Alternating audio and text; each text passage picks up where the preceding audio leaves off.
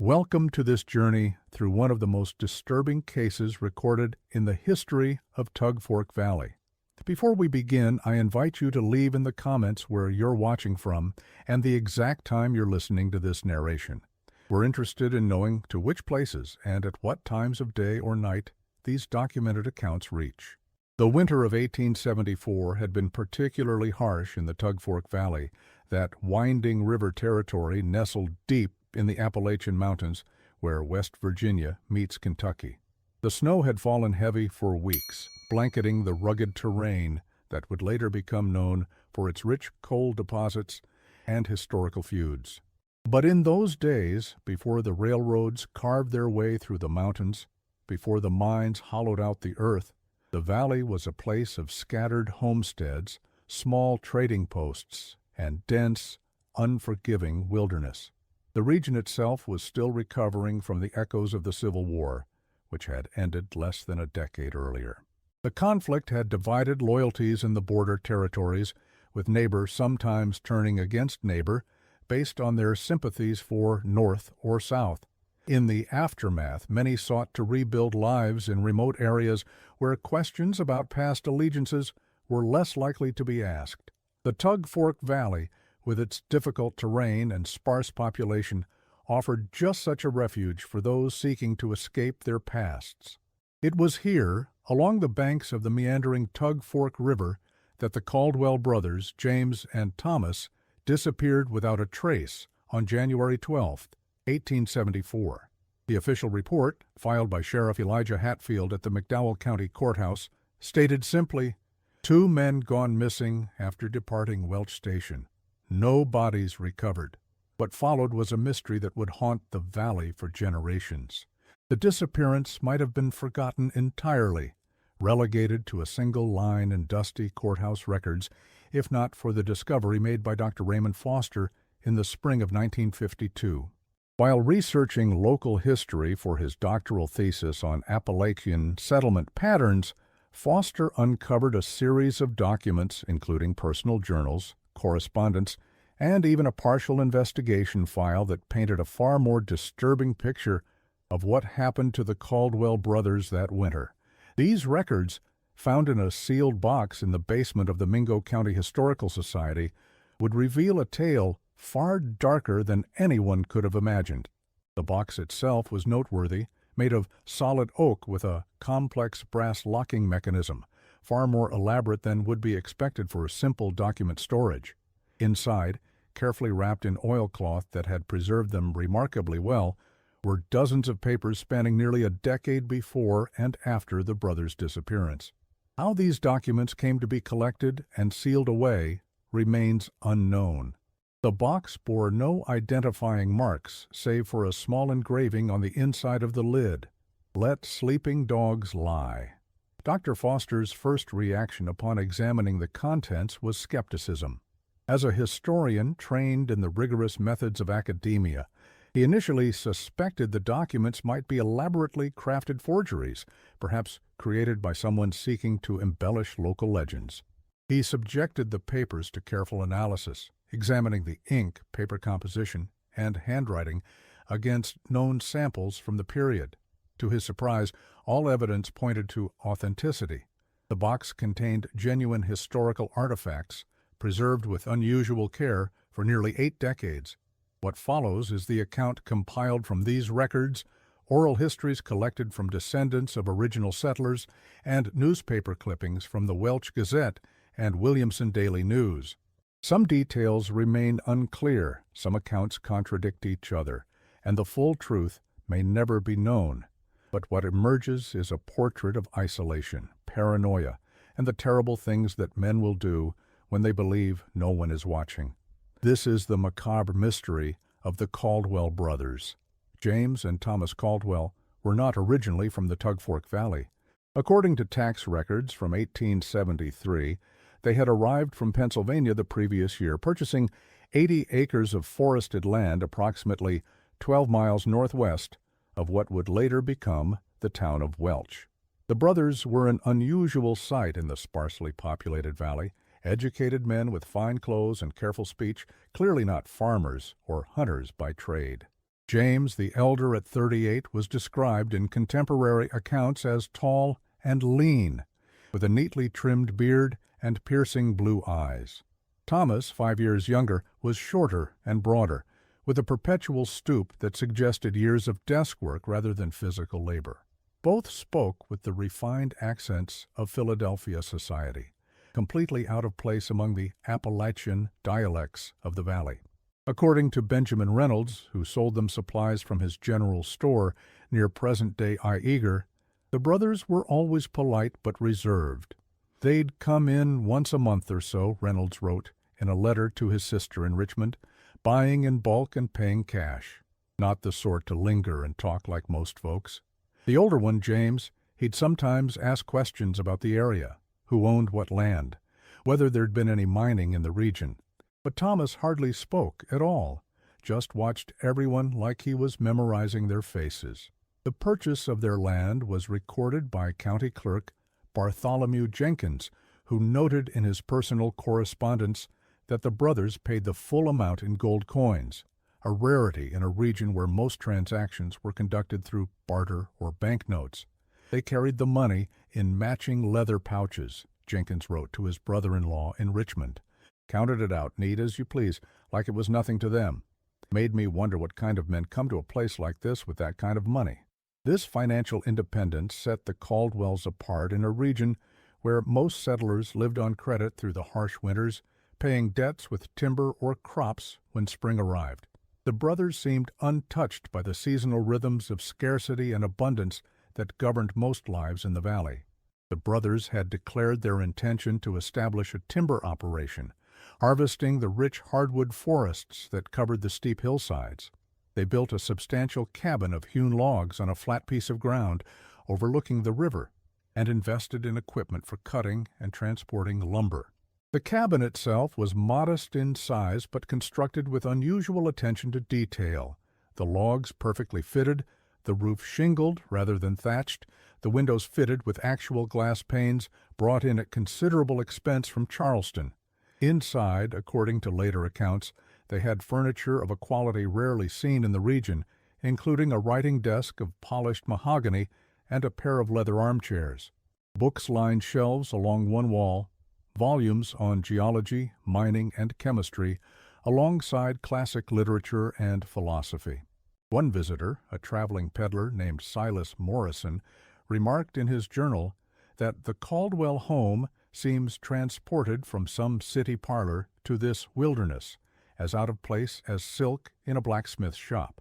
By all accounts, they kept to themselves, making infrequent trips to the nearest trading post for supplies, employing a few local men for day labor, but never forming close relationships with their neighbors. They did not attend the occasional church services held by circuit-riding preachers, nor did they participate in community barn raisings or other social gatherings. When they did interact with locals, they were described as formal but not unfriendly, always correct in their dealings but never warm. Martha Hatfield, whose husband would later become the county sheriff, recorded in her household journal, "The Caldwell men visited today for salt and coffee. The elder one speaks well enough, but there is something in his manner that unsettles me. His brother says nothing at all, just watches. They paid in silver coins and left before my William returned." This brief entry, dated July 18, 1873, represents one of the few first-hand descriptions of the brothers in the historical record. Another account comes from Jeremiah Sullivan, who operated a general store near what is now Eager. In a letter to his son in Richmond dated September 1873, he wrote, "The Pennsylvania brothers were in again yesterday, bought enough supplies to last a month or more, flour, coffee, bacon, ammunition, and oddly 20 pounds of salt. When I remarked on the quantity, the elder one, James is his name, said something about preserving their game for winter. But Thomas gave him a sharp look, and neither would speak more on it. They loaded their mules and left straight away, though it was nearly dark. Strange men, keeping strange hours." What little we know about their lives before coming to West Virginia comes from a letter discovered among their possessions after their disappearance. Addressed to James from someone named only as E in Philadelphia, it referred to the unfortunate business with Marshall and Sons, and expressed hope that your venture in the wilderness will allow matters to quiet down. This suggests the brothers may have fled some kind of scandal or financial impropriety in Pennsylvania, though no record of any legal proceedings against them has been found. Another letter, this one from a law firm in Philadelphia, dated 2 months before their arrival in the valley, advised James that, while no formal charges have been filed, continued residence in the city would be inadvisable until the matter with the bank is resolved.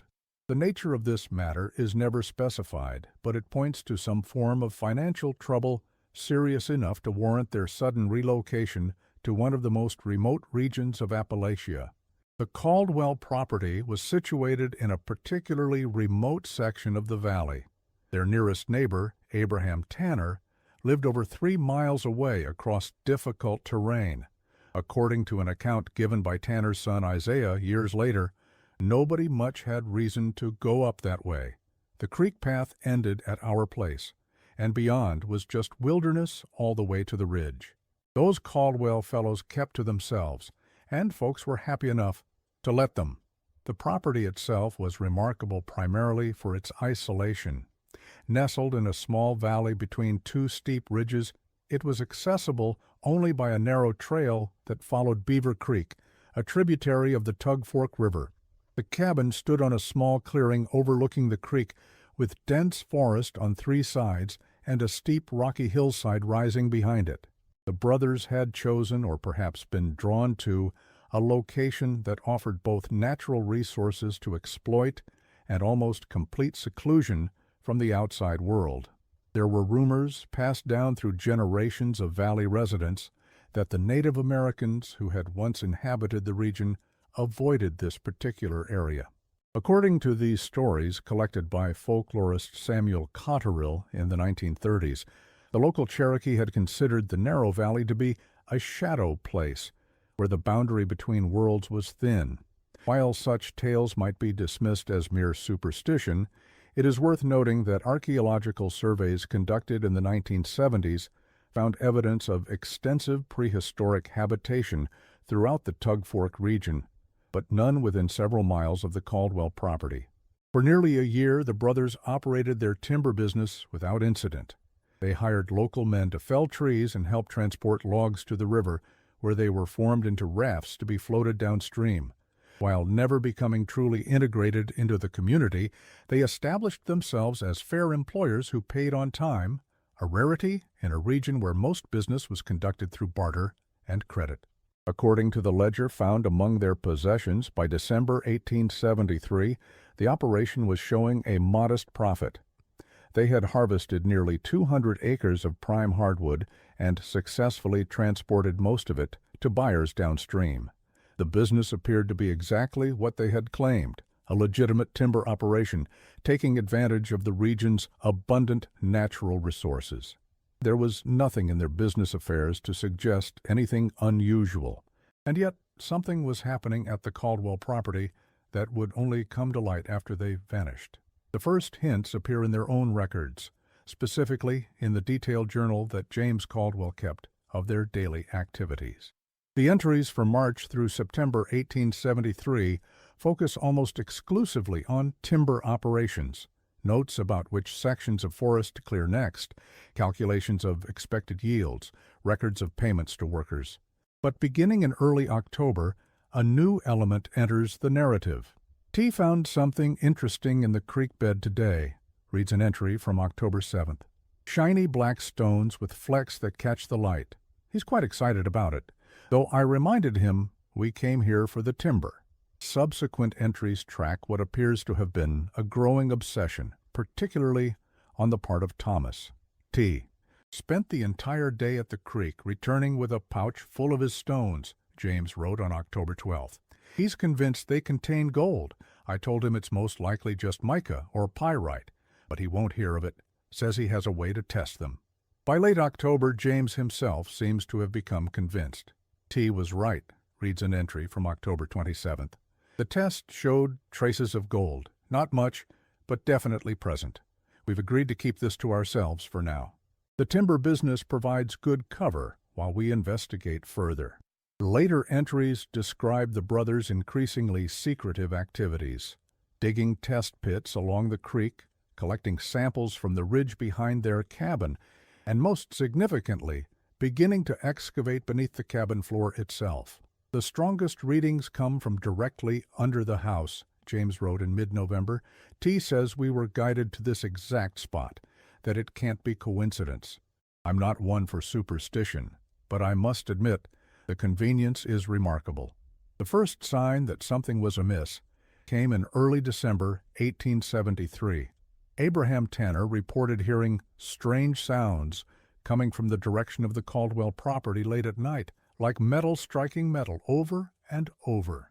He thought little of it at the time, assuming the brothers were repairing equipment, but according to a statement he gave to Sheriff Hatfield after their disappearance, the sounds continued for several nights, always starting after midnight and continuing until dawn.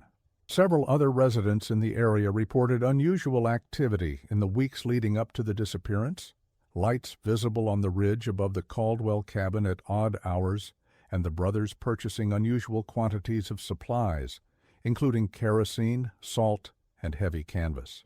Joseph McKinley, who operated a trading post near present-day Panther, noted in his account book that the brothers had purchased 6 lanterns, 10 gallons of kerosene, 50 ft of rope, and 2 pickaxes on December 5, 1873, items not typically associated with timber harvesting, especially during the winter months when such work would normally slow or cease entirely. Isaiah Tanner, who occasionally worked for the Caldwells, later told investigators that in the weeks before they vanished, both brothers appeared increasingly anxious. James wouldn't let anyone near the root cellar they dug, he said, and Thomas had taken to carrying a pistol in his belt, even while working around their camp. Last time I was there, maybe a week before they disappeared, there was a new lock on the cabin door, a big iron thing that looked like it belonged on a bank vault, not a timber camp in the middle of nowhere. Another worker, Elias Harmon, reported that the brothers had dismissed all their employees in early December, claiming they were suspending operations for the winter. "But I saw smoke from their chimney every day," Harmon told Sheriff Hatfield. "And sometimes, riding back from Eiger at night, I'd see lights moving up on the ridge behind their place. Not lanterns, smaller lights, like candles, moving in a line, 3 or 4 of them, all in a row." The most telling account comes from Martha Hatfield's journal again. On January 2, 1874, she wrote, "James Caldwell came alone today, looking quite haggard. Purchased all our available salt and asked after medical supplies. Said his brother had taken ill. When I offered to send William to help, his refusal was most emphatic. Left in great haste before sunset." This was the last confirmed sighting of either Caldwell brother before their disappearance. On January 15, 1874, Isaiah Tanner arrived at the Caldwell property to collect wages owed for lumber work completed before his dismissal. He found the cabin unlocked, a fire long cold in the hearth, but no sign of either brother. Their 2 horses were in the stable, properly fed and watered. Inside the cabin, half-eaten meals sat on the table, now frozen solid in the winter cold. Both men's coats hung on pegs by the door. Their rifles remained mounted above the fireplace. Most peculiar of all, according to Tanner's statement to Sheriff Hatfield, was a large hole that had been dug in the cabin floor, exposing the hard-packed earth beneath. Around this hole were scattered several tools, pickaxes, shovels, and a mining pan of the type used by prospectors. Whatever the brothers had been digging for, they had been interrupted in their work. The hole itself was approximately 4 feet across and had been dug to a depth of nearly 6 feet. At the bottom, according to Tanner, was a layer of strange black rock that had been partially broken through. Tools had been abandoned where they lay, as if the brothers had simply stood up and walked away in the middle of their work. Even more concerning was what Tanner found in the root cellar behind the cabin. Originally dug to store vegetables and preserve meat through the winter, the space had been significantly expanded. Rough-hewn timber supports held up a ceiling now nearly 7 feet high, and the cellar extended some 15 feet into the hillside. At the back was another excavation, this one following what appeared to be a seam of the same black rock found beneath the cabin floor. The cellar contained other oddities as well. A rough wooden table had been set up along one wall, covered with an assortment of equipment. Glass bottles containing various powders and liquids, a small scale, several crucibles showing signs of intense heat, and, most curiously, a collection of small canvas bags, each containing samples of rock and soil from different locations on the property. Labels on the bags indicated they had been gathered from locations designated by a lettering system, A1 through G7, suggesting a methodical survey of the entire property. Tanner immediately reported the strange scene to Sheriff Hatfield, who organized a search party. For 3 days, men from across the valley combed the surrounding forest, checked the riverbanks, and explored nearby caves, but found no trace of the missing men. No signs of a struggle were found. No footprints leading away through the snow. The only unusual finding, noted briefly in Sheriff Hatfield's report, but not investigated further, was a series of shallow depressions in the hillside above the cabin, as if the earth had been recently disturbed and then covered again. William Jenkins, who was part of the search party, later claimed that Sheriff Hatfield had deliberately steered the men away from this area. He saw something up there that spooked him proper, Jenkins told his son years later, went up alone to look at those disturbances, came back white as a sheet, and said we were wasting our time, that the brothers must have fallen through the ice trying to cross the river. Wouldn't hear another word about searching the ridge.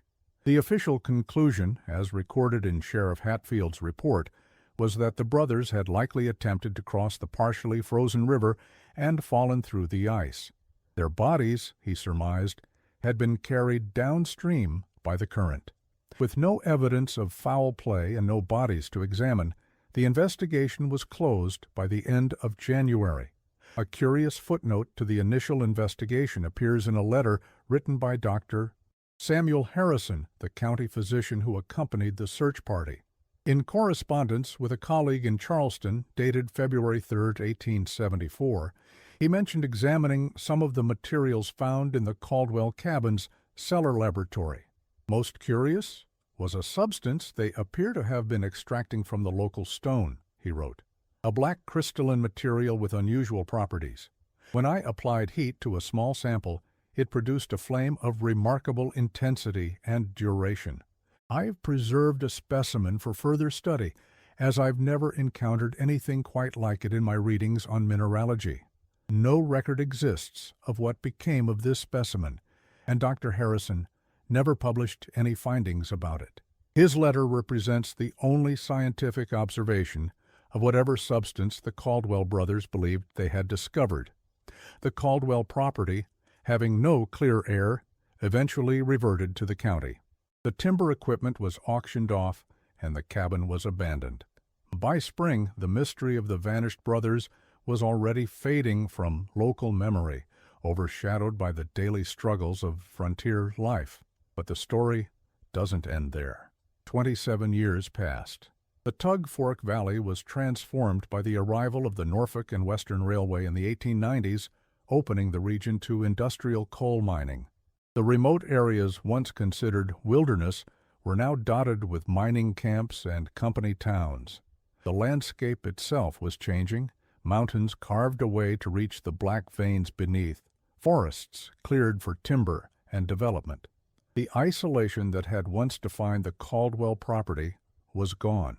A coal camp called Riverdale had been established less than a mile from where their cabin had stood, housing nearly 300 miners and their families.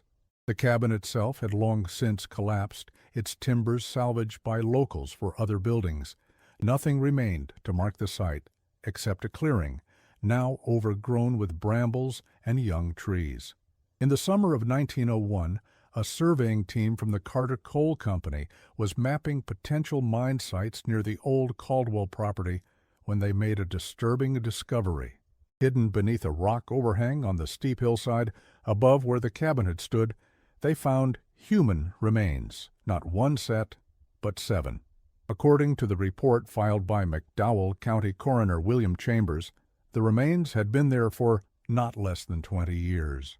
The coroner's tentative identification, based on personal effects found with the remains, specifically a pocket watch engraved with the initials T.C., was that one of the sets belonged to Thomas Caldwell.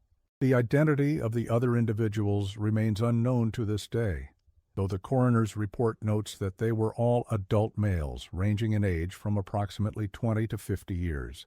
What makes this discovery particularly significant is its location relative to the disturbances noted by the original search party in 1874. The rock overhang where the remains were found was directly above the area that Sheriff Hatfield had allegedly steered his men away from, suggesting he may have known, or at least suspected, what had happened to the Caldwell brothers and those other unfortunate individuals. No official connection was ever made between these discoveries and the disappearance of the Caldwell brothers. The remains were quietly buried in unmarked graves in the Welch Cemetery, and the coroner's report was filed away. The entire matter treated as an unfortunate but not unexpected discovery in a region with a history of conflict. It might have remained buried forever, if not for Dr. Foster's research half a century later. Among the documents Foster discovered in 1952 was a sealed envelope containing several pages torn from what appeared to be a personal journal. The handwriting matched samples of James Caldwell's signature from business contracts. The pages were undated, but appeared to have been written in the weeks before the brothers vanished. The contents painted a disturbing picture of the brothers' activities and state of mind. James wrote of finding traces in the stream bed and becoming convinced that their property contained a rich vein of gold. The brothers had apparently begun secretly mining, using their timber operation as a cover. T believes we must protect ourselves from claim jumpers, one entry read. He has taken to watching the trail at night. I fear his mind is becoming unbalanced, but the samples grow richer as we dig deeper. Another entry described conflict with unidentified men. 3 strangers arrived today, claiming to be lost hunters. T was convinced they were spying for the Carter interests. I persuaded them to leave peacefully, but T followed them. He returned after dark, muddy, and agitated, said nothing of where he had been. The most disturbing entries begin in late December. T brought 2 men to the cabin today, James wrote. Strangers I've never seen before. Said he caught them mapping our creek. They swear they're just trappers, but T won't hear it. Has them confined in the root cellar. Says we'll question them properly tomorrow. 2 days later. The men still insist they know nothing of any gold. T has been harsh with them. I told him this has gone too far, but he showed me papers he found on them, detailed maps of our property with markings along the creek and ridge. Someone knows what we've found here. And then, most chillingly, 4 more men came looking for the first 2. T was ready for them. There was a struggle. Now we have a difficult situation. T says we have no choice but to keep them all secured until spring, when we can resolve matters properly. He's expanding the space in the cellar. I can't sleep with them down there. Their eyes follow me, even when they're silent. The final entry is perhaps the most chilling. T has dug a space beneath the root cellar, says we must have somewhere to keep them until spring when the ground thaws. I told him this madness must stop, but he showed me his figures. $20,000 at minimum once we extract it all. The devil is in him now, or perhaps in us both. The journal fragments end there, leaving more questions than answers. What happened in that remote cabin in January 1874? In 1955, Dr. Foster attempted to organize an archaeological excavation of the Caldwell property site. But the land had by then been extensively mined, the original topography completely altered. Whatever evidence might have remained was long destroyed by industrial development. His requests for funding were denied, and his academic peers largely dismissed his interest in the Caldwell case as irrelevant to serious historical study.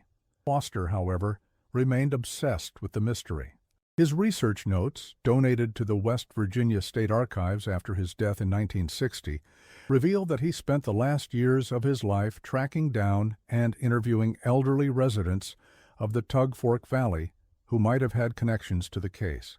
Most of these interviews yielded little of substance, faded memories, second-hand stories, the kind of frontier folklore that accumulates around any tragedy. But one interview stood out. In September 1958, Foster spoke with Ezekiel Carter, then 93 years old, who had been a young man of 19 when the Caldwell brothers disappeared. Carter had been part of the original search party organized by Sheriff Hatfield. According to Foster's notes, Carter was initially reluctant to discuss the matter. "Some things best left in the ground," he reportedly said. But after some persuasion, and perhaps aware that his own time was short, Carter revealed a detail absent from the official record. "We found something that day," Carter told Foster, "up on the ridge above their place. Fresh dirt, piled up in rows. Sheriff said to leave it be, that it wasn't our business, said it was probably just where they'd been burying tree stumps or some such. But I know what those mounds looked like, even in winter ground." When Foster asked why this wasn't in the sheriff's report, Carter's response was telling. Sheriff had kin all through that valley. His cousin Abner had gone missing that December. No one thought much of it. Men went missing in those hills all the time. But the sheriff, he got a strange look when he saw those mounds. Told us all to go home, that the Caldwell boys had likely drowned, and that was the end of it. Carter went on to describe how, in the weeks following the official conclusion of the search, Sheriff Hatfield had returned to the Caldwell property alone several times. He'd ride up there before dawn and come back after dark, Carter said. Did that maybe 4, 5 times. Then he announced he was taking a trip to Charleston on county business. When he came back a week later, he had a new watch, gold case with engraving on it. Never would say where he got it. This suggestion that Sheriff Hatfield may have deliberately curtailed the investigation and possibly removed evidence from the scene adds another layer to the mystery. Was he simply being pragmatic, avoiding a potentially complex investigation in an isolated area with few resources, or was there something more personal at stake? Foster's notes indicate that he attempted to follow up on the fate of Abner Hatfield and other men reported missing in the area during the winter of 1873-1874. His findings were inconclusive, but he did locate church records indicating that 4 men from surrounding counties had gone west during that period, never to return. Whether these disappearances were connected to the Caldwell case remains speculation. Another thread in Foster's research involved the rumored gold deposits that had apparently driven the Caldwell brothers to madness and violence. Geological surveys conducted in the 1930s and 1940s showed no significant gold deposits in the region. The black rock described in various accounts was almost certainly coal, a resource that would later prove far more valuable than gold, but which in the 1870s was still largely unexploited in the region. One theory, proposed by Foster but never published during his lifetime, was that the Caldwell brothers had mistaken coal outcroppings with high pyrite content for gold-bearing ore. Pyrite, commonly known as fool's gold for its golden appearance, frequently occurs alongside coal deposits. To inexperienced prospectors, especially those already predisposed to believe they had found something valuable, such minerals could easily be misidentified as gold. But this theory doesn't account for the unusual properties of the substance described by Dr. Harrison in his 1874 letter, particularly the intense flame it produced when heated. Standard coal or pyrite would not behave in this manner. Interviews with elderly residents of the area conducted by Foster yielded one final curious detail. Sarah Tanner, Isaiah's widow, recalled her husband mentioning a conversation with James Caldwell in December 1873. According to her, James had spoken feverishly about what lies beneath, and claimed that the sound never stops once you hear it. Metal on stone, calling up from below. This reference to sounds coming from beneath the earth, appears repeatedly in accounts associated with the Caldwell property. Abraham Tanner's report of metal striking metal, James Caldwell's journal mention of the sound, and later stories from locals all describe a similar phenomenon. While such sounds could have mundane explanations, the natural settling of underground rock formations, water movement through limestone caverns, or even the brothers' own secret mining activities, they've become central to the legend that has grown around the case. By the early 1960s, the story of the Caldwell brothers had evolved from historical mystery to regional folklore.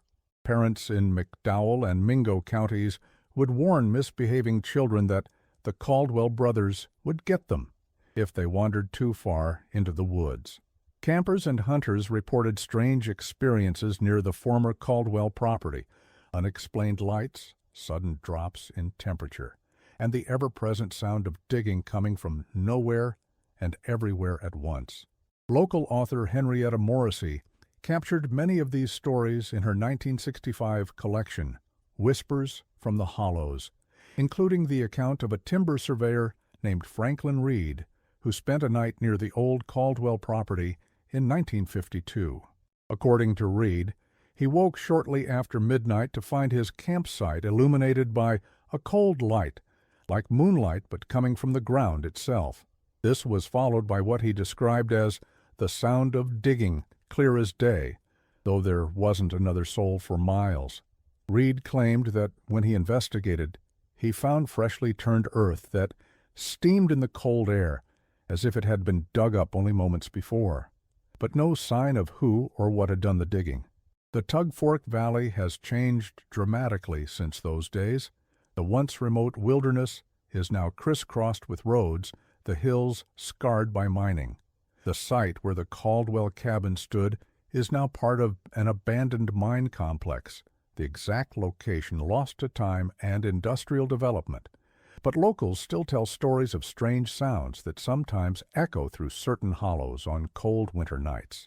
The rhythmic strike of metal on stone, coming from somewhere beneath the earth. Some say it's just the settling of abandoned mine shafts. Others suggest it's something else, a reminder of whatever dark secret the Caldwell brothers uncovered in that remote valley in the winter of 1874. In 1968, during the demolition of the old McDowell County Courthouse, workers discovered a metal box sealed inside a wall cavity. Inside was a hand-drawn map, apparently created by James Caldwell, showing the location of what he labeled the vein. Notations indicated estimated gold deposits worth millions in today's currency. The map was detailed, showing the winding course of the Tug Fork River, prominent ridge lines, and the location of the brothers' cabin. A series of markings indicated where they had already dug test pits, with notes on the quality of samples found. The main vein was marked as running directly beneath their cabin, extending deep into the hillside behind it. What makes this discovery particularly intriguing is how the map came to be sealed in the courthouse wall.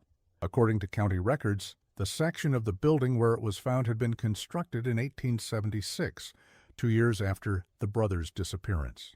Someone, perhaps Sheriff Hatfield himself, had deliberately hidden the map during construction, ensuring it wouldn't be found for nearly a century. Along with the map was a sealed letter addressed simply to the finder. Written in what appears to be James Caldwell's hand, it read, "If you are reading this, then we are surely long gone. What we found beneath our land was not what we thought.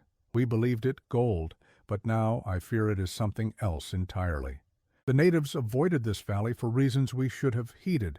The sound you hear is not the earth settling. It is something moving below. We tried to reach it. God forgive us, we succeeded." The letter continues, growing increasingly erratic in both handwriting and content. T says the gold is just the beginning, says what lies beneath it is the true treasure. But I've seen what happens to those who dig too deep. Their eyes change. They hear the calling even when they're far from the pit, and they always return carrying their shovels, ready to dig until their hands bleed. As I write this, T is back at the hole. He won't stop, says he can almost reach it now. But what if it's reaching back? The final pages of the letter contain what appears to be a warning. To whoever finds this, do not seek what we sought. The sound of digging is not the work of men. It is the earth itself, hungry for those who would disturb it. If you value your soul, seal this valley, and let what sleeps beneath remain in its slumber. Geologists who later examined the map noted that the area in question contained no gold deposits whatsoever. However, it did sit atop what would later become one of the richest coal seams in the region, a fact that would have been unknown to the Caldwell brothers in 1874, decades before intensive geological surveys of the area. The map itself now resides in the West Virginia State Museum in Charleston, a curious footnote to regional history. But it raises profound questions about the Caldwell case. If there was no gold, what did the brothers think they had found? Was their vein simply coal, which they mistook for something more valuable? Or was there something else entirely beneath their property, something that drove them to apparent madness and violence? The final piece of the puzzle emerged in 1964, when construction workers building a new bridge across the Tug Fork River unearthed a metal strongbox buried in the riverbank, approximately 2 miles downstream from the Caldwell property. Inside were several leather pouches containing black sand and small rocks, the type of material inexperienced prospectors might mistake for gold-bearing ore, and a handwritten note that read simply, "Forgive us our trespasses, J.C., 1874. The handwriting matched known samples of James Caldwell's writing, confirming its authenticity. The strong box itself was of high quality, with a complex lock mechanism suggesting it was meant to secure valuables. How it came to be buried in the riverbank remains unknown. Did James Caldwell place it there himself, perhaps while fleeing? Was it carried downstream by floodwaters from the Caldwell property? Or did someone else entirely bury it there, someone who had encountered the brothers in their final days? Analysis of the material in the pouches, conducted by the Geology Department at West Virginia University, revealed it to be primarily coal dust and pyrite, fool's gold, with no significant precious metal content. This further supports the theory that the brothers had mistakenly identified worthless minerals as valuable ore, their judgment perhaps clouded by desperation or greed. But the analysis also revealed something unexpected: trace amounts of an unidentified organic compound that the researchers could not classify with the technology available in the 1960s. In his report, Dr. Harold Werner noted that the compound appeared to have unusual properties, including phosphorescence under ultraviolet light and a molecular structure unlike anything in their reference materials. Whatever the Caldwell brothers thought they had found, Werner wrote, it wasn't simply coal or pyrite.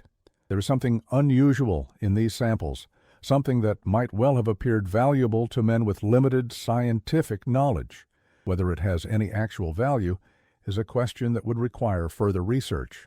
The box and its contents were donated to the Mingo County Historical Society, but disappeared during a building renovation in 1968. Like so much else in this story, what might have been crucial evidence vanished before its significance could be fully understood. Another thread in this complex tapestry emerged in 1959, when an elderly woman named Eleanor Prescott contacted Dr. Foster after reading a newspaper article about his research. Prescott claimed to be the granddaughter of the mysterious E. from Philadelphia, who had written to James Caldwell. According to family stories passed down to her, her grandfather, Edward Prescott, had been involved in a banking venture with the Caldwells that had collapsed amid accusations of fraud. My grandfather always maintained that the Caldwell brothers had absconded with investors' funds, she told Foster. He spent years trying to track them down, convinced they had hidden the money somewhere in the mountains.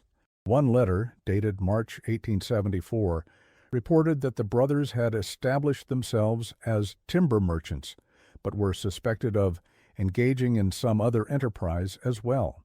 The investigator noted that they had been making frequent purchases of equipment more suited to mining than forestry, and had been seen taking samples from the creek bed near their property. Most intriguing was a letter from Edward Prescott to his wife, written after his return from a trip to West Virginia, a poem. June 1874. I have learned that the brothers are gone, vanished under mysterious circumstances this past winter. He made several trips to West Virginia in the 1870s, but never found them. Prescott provided Foster with a bundle of her grandfather's papers, including correspondence with private investigators he had hired to search for the brothers. The local sheriff claims they drowned crossing the river, but I suspect foul play. James was not a man to leave wealth behind, and if what my sources tell me is true, they believe they had found something of great value on their property. I cannot help but wonder if they fell victim to their own greed, or perhaps to someone else's. Eleanor Prescott also shared with Foster a letter her grandfather had received in 1875 from a contact in Welch, which stated cryptically, "No sign of your birds, but strange stories from the high valley. Locals won't go near the place now. Some say the devil has it." This suggests that rumors and superstitions about the Caldwell property began circulating almost immediately after their disappearance. The letter continues. Sheriff says matter closed, but won't look me in the eye when he says it. Something happened up there that no one wants to speak of. One fellow, deep in his cups at Sullivan's Tavern, mentioned bodies found on the ridge but clammed up tight when pressed. Another spoke of light seen moving through the trees at night, always heading toward the old cabin site. I'm inclined to think your business partners met with violence, though whether at each other's hands or someone else's, I cannot say. This correspondence suggests that Edward Prescott had reason to believe the Caldwell brothers had not simply absconded with investment funds, but had genuinely believed they'd found something valuable in the Tug Fork Valley, something worth hiding from their former associates in Philadelphia. The most compelling and disturbing document from the Prescott collection was a journal entry dated August 1875, describing Edward Prescott's final visit to the Caldwell property. I stood today where their cabin once stood, now nothing but a few rotting timbers and a hole in the ground where they had begun their mad excavation. The locals have torn apart the place looking for whatever wealth the brothers might have hidden, but found nothing but dirt and strange black stones. As the sun began to set, I became aware of a sound, faint at first, but growing stronger as darkness fell, a rhythmic tapping, like metal striking stone, coming from deep beneath my feet. Ridiculous as it seems, I felt as if something down there was aware of my presence, calling to me. I left in great haste and will not return. Whatever the Caldwells sought or found, let it remain buried with them. What really happened to the Caldwell brothers? The most plausible theory, pieced together from the fragmentary evidence, suggests a dark scenario. Driven by gold fever, the brothers, particularly Thomas, became increasingly paranoid. They may have detained men they suspected of trying to steal their claim. As their delusion deepened and winter closed in, conflict between the brothers reached a breaking point. But this is merely conjecture. The truth may be far different. Without further evidence, we can only speculate. A curious postscript to the story appeared in a 1910 edition of the Pittsburgh Gazette. A brief article reported that a man named James Carter, dying in a Pittsburgh hospital, had confessed to killing his brother and 6 others in the mountains, some 35 years earlier. The article contained no further details, and no connection to the Caldwell case was made at the time. Attempts by later researchers to locate hospital records or death certificates for this James Carter have been unsuccessful. Could James Caldwell have escaped the valley, assumed a new identity, and lived another 35 years before his conscience drove him to confess? It's possible, though this would mean the skeleton identified as Thomas Caldwell, based on the pocket watch, was misidentified. Perhaps the watch had changed hands, or perhaps Thomas had killed James and taken his identity. Without more evidence, this must remain simply another unresolved thread in an already tangled narrative. Dr. Albert Murray, a psychiatrist who reviewed the case for a 1980 journal article on frontier psychopathology, proposed that the brothers may have suffered from folie à deux, a shared psychotic disorder in which delusions are transmitted from one individual to another in close proximity. In this scenario, Thomas's initial belief that they had discovered gold gradually infected James as well, their isolation from broader society, allowing the delusion to grow unchecked. The journal fragments suggest a progressive deterioration, Murray wrote. What began as a simple misidentification of minerals evolved into a complex paranoid system, complete with imagined enemies and conspiracies. The remote setting, winter isolation, and the brothers' existing state of anxiety from their flight from Philadelphia created perfect conditions for psychosis to flourish. Another theory, proposed by local historian Rebecca Tanner in her 1972 book Shadows in the Valley, suggests that the brothers may have fallen victim to a coordinated attack by local residents. In this scenario, the brothers' secretive behavior and unusual purchases had aroused suspicion, leading locals to believe they were engaged in counterfeiting or some other illegal activity. A group of vigilantes confronted them. The situation escalated to tension, and the perpetrators then conspired to cover up the events. This would explain Sheriff Hatfield's apparent reluctance to investigate thoroughly, especially if friends or family members were involved.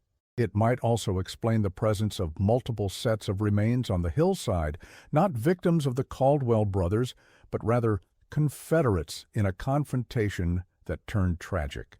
Tanner bases this theory partly on a fragmentary account in the diary of Reverend Josiah Miller, the circuit-riding preacher who served the area in the 1870s. In an entry from February 1874, Miller wrote, "Troubling rumors from the North Valley. If true, God have mercy on their souls.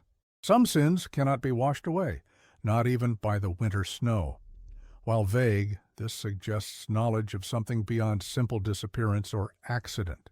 A more recent investigation was conducted in 2005 by journalist Michael Reynolds for his book Buried Secrets, The Caldwell Mystery and Other Appalachian Disappearances.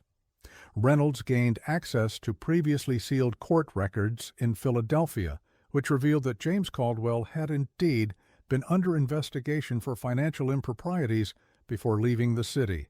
Specifically, he was suspected of embezzling nearly $50,000 from the investment firm where he worked, a fortune in 1870s currency. This gives us a clearer picture of the brothers' motivation, Reynolds wrote. They fled to one of the most remote areas they could find, not just to escape scandal, but actual criminal charges.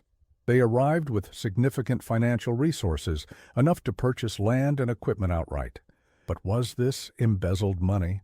And if so, what happened to the remainder that wasn't spent on their timber operation? Reynolds also uncovered records from the Norfolk and Western Railway Surveying Party that first explored the Tug Fork Valley for potential rail routes in 1886.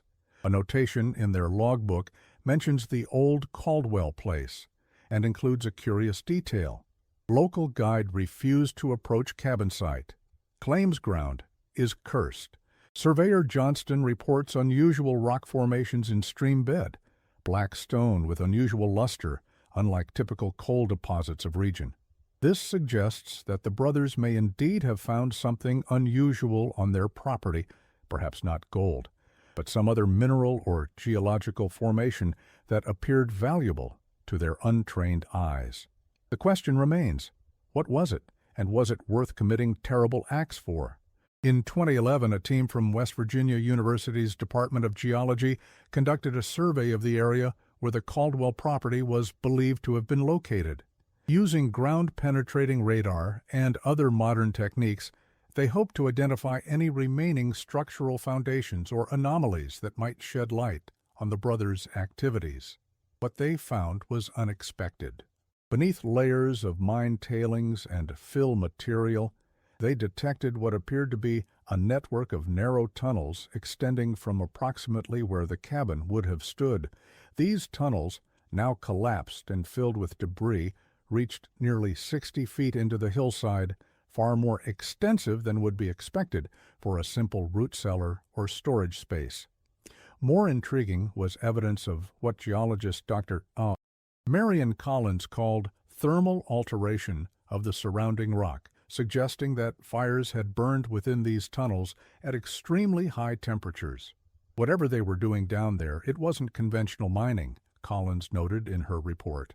The pattern of burning is consistent with some kind of refining process, but it's unlike anything I've seen in historical mining operations from this period. The team also discovered traces of unusual elements in soil samples from the area. We found elevated levels of mercury, which would be consistent with gold extraction techniques from that era, Dr. Collins explained. But we also found something we weren't expecting, unusual isotope patterns that don't match typical regional geology. I'm not saying it's anything extraordinary, but it's certainly anomalous. Further analysis was planned, but funding for the project was cut before it could be completed. The core samples and preliminary findings were archived at the university, largely forgotten as researchers moved on to other projects. Local historian Jeremiah Hatfield, a distant relation of the sheriff who investigated the original disappearance, has suggested another possibility. In his 2015 book, Forgotten Histories of the Tug Valley, he proposes that the brothers may have stumbled upon an abandoned Spanish mining operation dating from the 16th century. While most historians dismiss early Spanish presence this far north as unlikely, Hatfield cites folk traditions among the oldest families in the region that tell of strange men with beards and iron hats who came up the river many generations ago and dug into the mountains seeking gold. No archaeological evidence supports this theory, but Hatfield argues that if the Caldwell brothers found traces of such an operation, perhaps old tools or even crude maps, it might have fueled their belief that valuable deposits lay beneath their property. This would explain their sudden shift from timber harvesting to mining, their increasing paranoia, and their conviction that they had found something worth protecting at all costs. It would also connect their story to the broader mythology of lost mines and hidden treasures that permeates Appalachian folklore. Whatever the truth may be, the story of the Caldwell brothers has become woven into the cultural fabric of the Tug Fork Valley. It surfaces in local art, music, and literature. It's told around campfires and on front porches on summer evenings. It has transcended its historical origins to become something more universal, a cautionary tale about greed, isolation, and the thin veneer of civilization. Novelist Richard Anderson, who grew up in the region, captured this aspect of the story in his 1987 book, The Sound Below, a fictionalized account of the Caldwell case. In his author's note, he wrote, "What fascinates me about the Caldwell brothers isn't just what might have happened to them, but what their story reveals about us. We like to think ourselves rational beings governed by law and social contract, but place us in isolation, dangle the promise of wealth before us, and how quickly those constraints fall away. The wilderness doesn't create monsters. It simply reveals what was always there, lurking beneath our civilized facades. Their disappearance, like so many events in these remote mountains, has passed from history into legend, from fact into folklore. But as any resident of the valley will tell you, the line between the two is often thinner than we might wish to believe, for in places like the Tug Fork Valley, the past never truly vanishes. It merely sinks beneath the surface, waiting to be uncovered by those willing to dig deep enough. And sometimes what lies beneath is better left undisturbed. The mystery of the Caldwell brothers remains unsolved, a collection of fragments that suggest multiple possible narratives, but confirm none of them. In this, perhaps, lies its enduring power, the sense that we are always on the verge of understanding, always one discovery away from clarity, yet never quite arriving at certainty. In 2018, during renovation of an old boarding house in Pittsburgh, workers discovered a hidden compartment beneath the floorboards of a second-floor room. Inside was a leather-bound journal, its pages yellowed with age. The first entry, dated March 1874, began, "I am no longer James Caldwell. That man died in the mountains of West Virginia. along with his brother and the cursed dreams that drove them there. The journal, if authentic, suggests that at least one of the brothers may have escaped the valley and established a new identity. The writer describes fleeing in the night, abandoning everything, haunted by what he had seen and done. T is gone. One entry reads, "The hole in the earth took him, or perhaps the men who came hunting for their friends. I couldn't save him. I couldn't save any of them. The sound follows me even here, metal on stone, digging ever deeper." The journal's authenticity has not been verified, and some historians dismiss it as an elaborate hoax. But if genuine, it provides a chilling epilogue to the story, the account of a man haunted not by the gold he failed to find, but by the horror he discovered instead. The journal describes weeks spent in the cabin with Thomas as his brother's mental state deteriorated. "He speaks to it now," reads an entry from early January. "Late at night, when he thinks I'm asleep, he goes to the hole and whispers down into the darkness. Sometimes I think I hear something whisper back. And later, he won't eat, won't sleep, just digs, says we're almost there, almost to the heart of it, says it's shown him things, what lies beneath all the mountains, all the rivers, things no man was meant to see. When I threatened to leave to go for help, he locked me in the storage room. 3 days I was in there, listening to his pickaxe striking stone, striking, and something else, striking back." The final entry in the journal, dated February 2nd, 1874, reads, "I'm leaving tonight. T is too far gone. Whatever's down there has him completely now. This morning I found him standing over me with the pickaxe raised, eyes empty as a dead man's. He didn't recognize me, not at first. When he did, he wept, begged me to leave before it takes me too. Said he could hear it in his head all the time now, like metal on stone, digging up from below. I'll wait until he's back in the hole, then I'll run. God forgive me for leaving him, but there's nothing of my brother left in those eyes." If this account is to be believed, it suggests that James Caldwell escaped the fate that befell his brother and the others who ventured too near whatever lay beneath their property. But it raises more questions than it answers. What became of Thomas? What happened to the men allegedly held in the root cellar? And most crucially, what was the source of the sounds that tormented the brothers and continue to haunt local legends? Some local families still refuse to walk certain paths near where the Caldwell property once stood, especially after dark. They speak of cold spots that appear even in summer, of the sensation of being watched from the trees, of dreams troubled by the sound of digging that seems to come from beneath their beds. One particularly persistent story, recorded by folklorist Harold Garrison in his 1976 collection Mountain Whispers, tells of a hunter named Samuel Parsons who, in the autumn of 1913, became lost in the hills near the old Caldwell property. As night fell, he took shelter beneath a rock overhang, possibly the same one where the skeletons had been discovered years earlier, though Parsons would have had no knowledge of this. According to Parsons' account, he was awakened in the middle of the night by voices arguing, though I could make out no words, just the angry tone of them. This was followed by the sound of digging, steady and rhythmic, coming from all around me, as if the whole mountain was being hollowed out from within. Parsons claimed that when he tried to leave, he found himself walking in circles, always returning to the same spot, despite his woodsman's skills. Only when dawn broke was he able to find his way back to familiar territory. Whether this was the product of genuine experience, confusion, and fear in unfamiliar terrain, or simply a folk tale that attached itself to the Caldwell legend, is impossible to determine. But it illustrates how the mystery has seeped into the cultural consciousness of the region, becoming something larger than the documented facts would support. The development of the coal industry throughout the Tug Fork Valley in the early 20th century transformed the physical landscape where this mystery unfolded. Mountains were leveled, streams diverted, forests cleared. The cabin where the Caldwell brothers lived their final days was dismantled for lumber long ago, its exact location now uncertain. The hollow where they established their timber operation has been filled with mine tailings.